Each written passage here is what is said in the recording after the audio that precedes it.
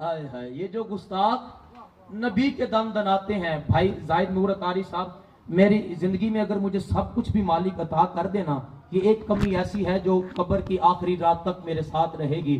पूछिए वो कमी ये है, अल्लाह करता कभी मेरी जिंदगी में ऐसा वक्त आता कि अमीरुल मुजाहिदीन बाबा खादिम हुसैन रिजवी साहब बैठे होते, निशान भाई मैं आपकी मौजूदगी में ये जुमला पढ़ता और मैलसी वाले देखते बाबा जी इस जुमले पे मुझे दाद कैसे देते। अब बाबा जी तो नहीं है, लेकिन हमारा इश्क है, हमारा वजदान है, हमारे जुनून ये कहती है, हमारा मोहब्बत ये कहता है कि अल्लाह के वली कभी मरते नहीं है, अभी भी उनकी नजरे करम हम पे है। बाबा जी मौजूद नहीं, लेकिन बाबा जी के चाहने वाले सारे मौजूद हैं। इस कदर ऊंचा बोलिएगा कादियानियों के कलेजे फट जाए। मैंने कहा अब तो लाजिम है सरकार को खत लिखा जाए, हक की बातों के तरफदार को खत लिखा जाए। हर तरफ झूठ घूमता दिखाई देता है, मैं तो कहता हूं यारे कार को खत लिखा जाए। और ये जो गुस्ताख नबी के दम दनाते हैं, इब्ने